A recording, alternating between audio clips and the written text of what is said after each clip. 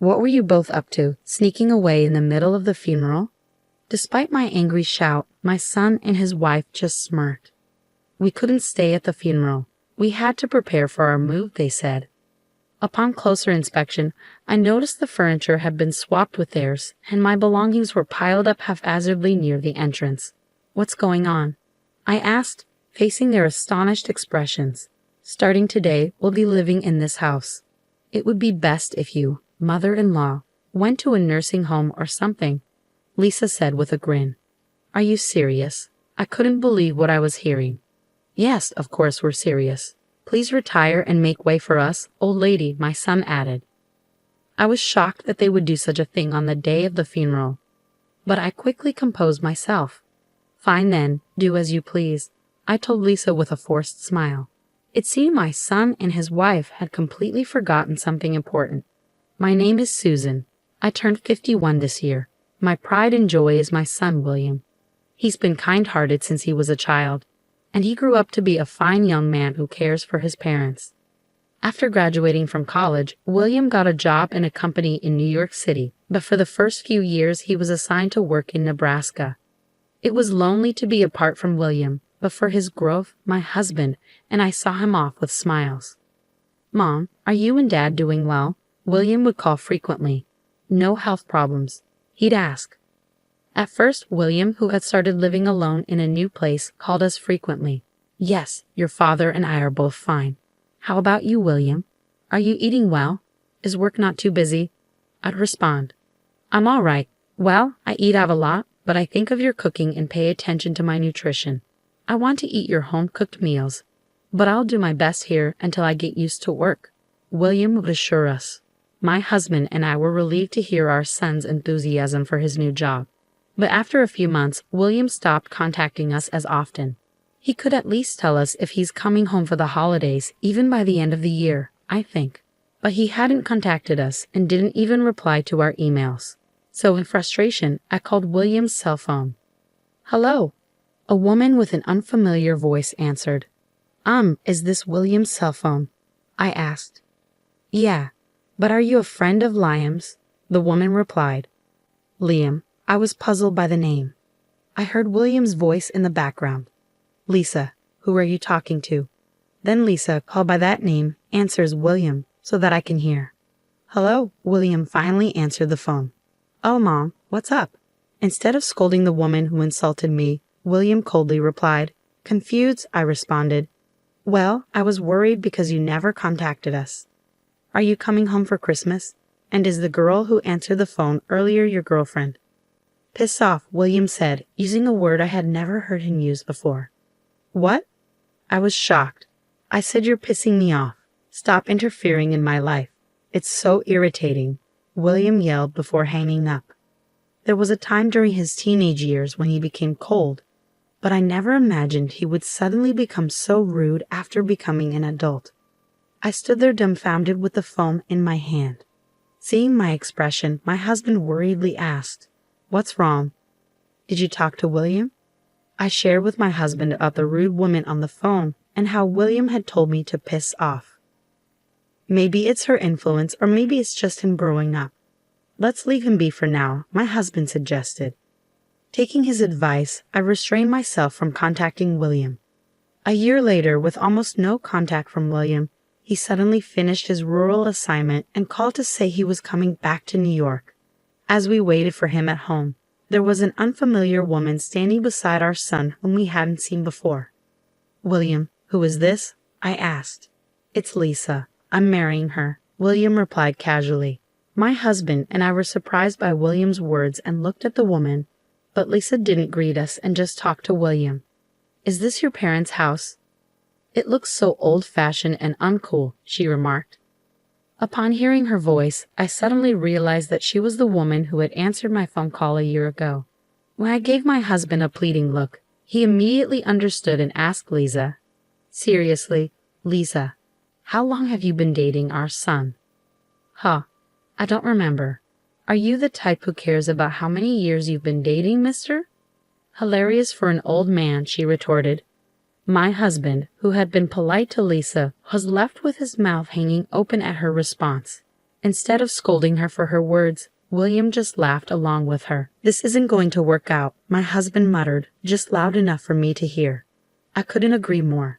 We were against our son's marriage, but he and Lisa had already registered their marriage without listening to our opinions. They rented an apartment nearby and started their new life together. "You're already married.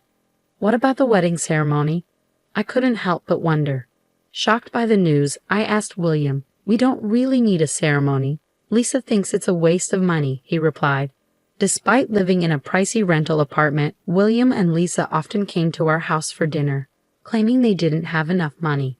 Although we were happy to see William, Lisa constantly criticized my cooking. "Mother-in-law, can't you make more fashionable dishes? This doesn't look good in photos at all," she'd say. "I'm not making it for photos. If you have a problem, you don't have to eat it," I'd respond. But Lisa didn't seem bothered.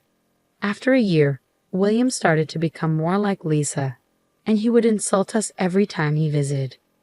One day, after William and Lisa arrived, I was about to go shopping. William looked down on me and said, "Mom, what do you think I called you for yesterday? You should have bought the ingredients beforehand. You're so inefficient." Both my husband and I began to dread William and Lisa's visits.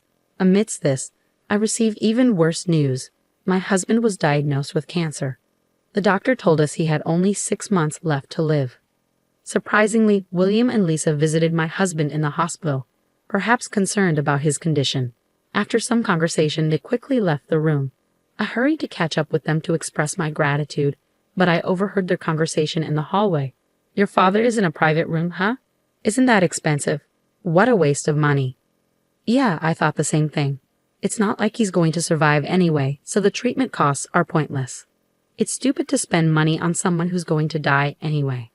True. Hey, Liam, let's get your parents' house once your dad dies. But my mom will still be there. I wish your mother would just follow him quickly. Yeah, it's just a matter of time with her. William and Lisa were making fun of my husband's struggle with his illness and my care for him behind our backs. I noticed my emotions were getting out of control, and I felt like I would lose my composure if I met them in this state. So I returned to the hospital room where my husband was waiting to settle my feelings for a moment. "What's wrong? Were you able to express your gratitude to the two of them?" my husband asked when he saw me. I relayed the conversation I had overheard in the hallway to my husband, who had been listening quietly, but I could tell he was trembling with anger. "I can't believe they would say such things," he muttered, seemingly making a decision. "I have an idea." The next day, my husband called William and Lisa into the hospital room. "What do you want?" "We already visited you yesterday." William and Lisa appeared displeased to have their weekend interrupted. "I want to talk about the inheritance after my death," my husband said calmly. At the mention of inheritance, Lisa's eyes lit up. Liam is the only son, so the inheritance should be his right. "How much is it?" As Lisa eagerly leaned in to discuss the money, my husband calmly told her, "There are about $70,000 in assets in the bank. The life insurance beneficiary is Susan, so that will go to her. But I plan to leave all the bank assets to William." Lisa thought for a moment. "Well, I guess it can't be helped if the life insurance goes to Mom." $70,000, huh? I thought there would be more. But then Lisa suddenly raised her voice. "What about the family home? It's in a great location and the land is spacious, so it must be worth more than $100,000, she exclaimed. At Lisa's words, William also excitedly asked my husband, "That's right, Dad. What about the inheritance of the family home?" My husband spoke quietly, "I'm going to put the house in Susan's name. After all, she's the one living there." Upon hearing this, William and Lisa strongly protested. "What? That's not fair. Mom's getting the life insurance too, isn't she?" "The life insurance will mostly be used for funeral expenses and other costs," William argued. "Even so, I'm getting the short end of the stick if I only get $70,000 and Mom gets a house worth more than $100,000. That's why I'm saying I'll give all the money in the bank to you," Lisa added. "We don't need that petty cash. Forget about the bank money, just leave the house to Liam," they continued. My husband and I exchanged glances and nodded in agreement. Then my husband reluctantly told them, "Fine, I'll leave the house to William and all the bank money will go to Susan. Is that okay?" "All right," William and Lisa celebrated with a triumphant pose. However, my husband continued, "However, as I mentioned earlier, your mother is currently living in that house. Even if the ownership is transferred to William after my death, I want Susan to be allowed to continue living there."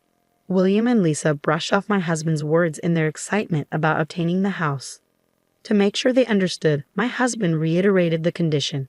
The condition for William inheriting the family home is that Susan is allowed to live there while she's still healthy. William and Lisa, are you both okay with that? Reluctantly, they agree. Yeah, we get it. Father-in-law is so persistent. Hearing their words loud and clear, my husband told them, "All right, I'll make sure to include this in the will." William and Lisa left the hospital room in high spirits, discussing how to spend the $100,000 they had just received, without even saying goodbye to us. A month later, my husband's condition took a sudden turn for the worse. The hospital did everything they could, but they couldn't stop the progression of the cancer, and my husband passed away. While I was busy organizing the funeral as the chief mourner, William and Lisa were visibly restless. Even during my eulogy, they whispered to each other and quietly left the funeral home. They never returned after the funeral. When I got home, I noticed the lights were on. Feeling suspicious, I opened the door to find William and Lisa waiting inside. "What were you two doing, leaving in the middle of the funeral?" I exclaimed, but they just smirked. "We couldn't be at the funeral. We had to prepare for our move," they replied nonchalantly. Looking around, I noticed that the furniture in the house had been switched with William and Lisa's. My belongings, which should have been in the room, were piled up haphazardly near the entrance. "What's going on?" I demanded. Lisa quickly interjected, "From today on, we'll be living in this house. It'd be nice if you, mother-in-law, went to a nursing home or something." "Are you serious?" I asked incredulously. "Yeah, we're totally serious. You old people should retire already," William added. Shocked that they would do such a thing on the day of the funeral, I quickly changed my attitude and smiled at Lisa. "Fine, go ahead, do as you please." William and Lisa were taken aback by my easy acceptance. "So you're really going to a facility?" Lisa questioned. "I'm healthy enough to live alone in this house. So I'm not going to a facility yet. For now, I'll just find a place to live until I settle down," I replied calmly. Satisfied with my response, the couple sent me on my way. 1 month later, I received a call from Lisa.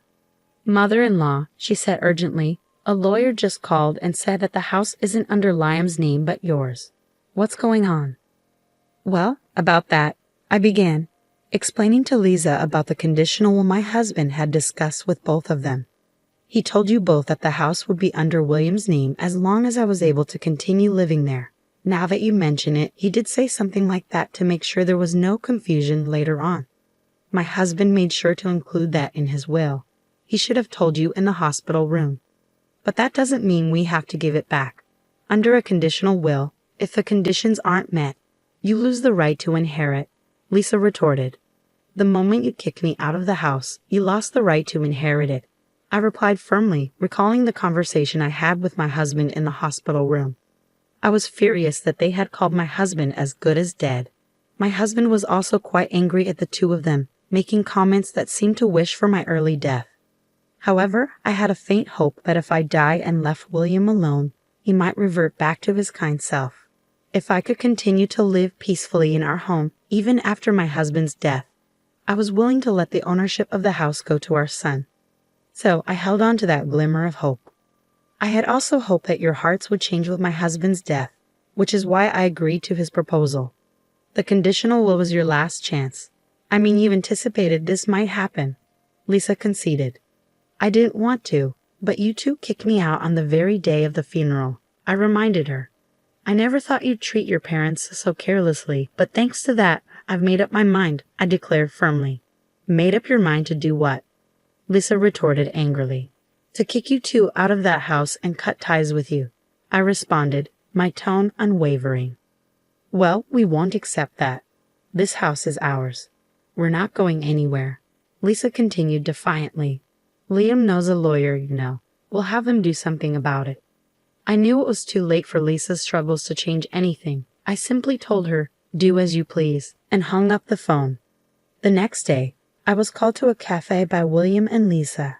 As soon as I arrived at the designated cafe, the two of them bowed their heads. "Mom, I'm sorry," William began, and Lisa echoed his sentiment.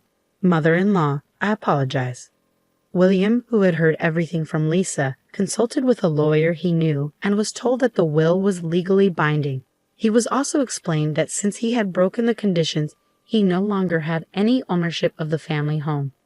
Our lawyer friend told us that if we don't leave immediately, we could be sued for trespassing, and we wouldn't have a leg to stand on, William explained, his expression solemn. "Mom, please give up the inheritance," he continued. "What?" "We want you to give us the house," Lisa added. I was utterly disgusted with William and Lisa, who still only thought of their own interests even after hearing everything. "There's no way I'm agreeing to such a selfish request," I replied firmly. "But we'll be in trouble without the house," William protested. "What's the problem? Just move out," I suggested. In a barely audible voice, William began to explain their debts and why the family home was absolutely necessary. After I left, Lisa immediately looked up the market value of the house. She discovered that the land was worth much more than they had thought. Lisa suggested to William that they should sell the house quickly while the price was high and get their hands on the cash. William agreed, and the two of them seemed to have been indulging in extravagance for the past month in celebration. "Living it up like that, where did you get the money?" I questioned, my disappointment palpable. "I went into debt. I thought I could pay it back right away if I sold the house." "At least a half," Lisa cried, pleading with me. "Mother-in-law, please, we can't pay back the debt unless we sell this house. Don't let our family suffer. Don't let your family suffer." "How can you say that?" I answered indignantly. "You two are calling my husband, who was fighting his illness, a failed death and wishing that I'd die soon, weren't you?" "Yeah, you heard that. Why should I help people like you? This house holds memories with my husband. You two kick me out of it. I will not allow you to sell my memories with my husband as long as I live." William desperately clung to me with a pitiful voice.